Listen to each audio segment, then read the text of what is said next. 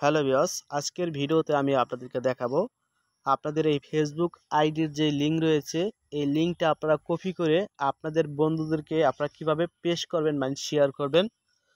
তো অনেক সময় দেখা যায় এই যে ফেসবুকের যে নাম, এই নাম কিন্তু আপনারা সার্চ করে খুঁজে পাইতে কষ্ট হয়, ঠিক আছে? তার চেয়ে ভালো লিঙ্কটা কপি করে রাখবেন।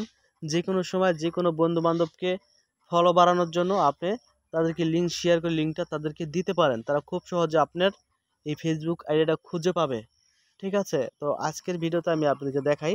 তো প্রথম আপনারা ফেসবুকের ভিতরে ঢুকবেন। ফেসবুকে আসার পরে আপনারা এই ফেসবুকের যে প্রোফাইল রয়েছে, এই এই সাইডে দেখেন, এই প্রোফাইলে আপনি একটু ক্লিক করবেন। এই প্রোফাইলে ক্লিক করার পর আপনারা ডাইন সাইডে দেখবেন তিনটা থ্রি ডট, এই তিনটা থ্রি ডটে আপনি একটি ক্লিক করবেন।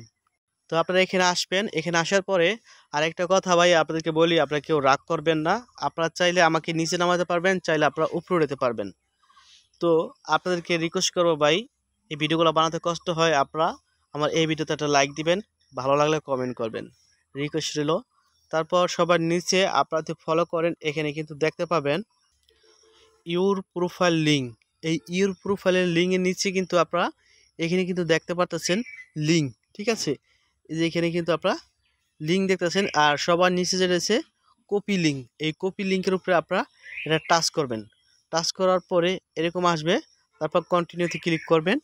তারপর আপনার এই লিঙ্কটা কপি হয়ে যাবে। এখন আপনারা এখান থেকে বের হয়ে যাবেন। এখান থেকে আমরা বের হয়ে যাব। এখন আপনার বন্ধুবান্ধবের সাথে হোয়াটসঅ্যাপ কিংবা ইমো, টেলিগ্রাম যেখানে যোগাযোগ আছে তাকে সেখানে শেয়ার করবেন। সেখানে কিভাবে শেয়ার করবেন আমি আপনাদেরকে দেখাই।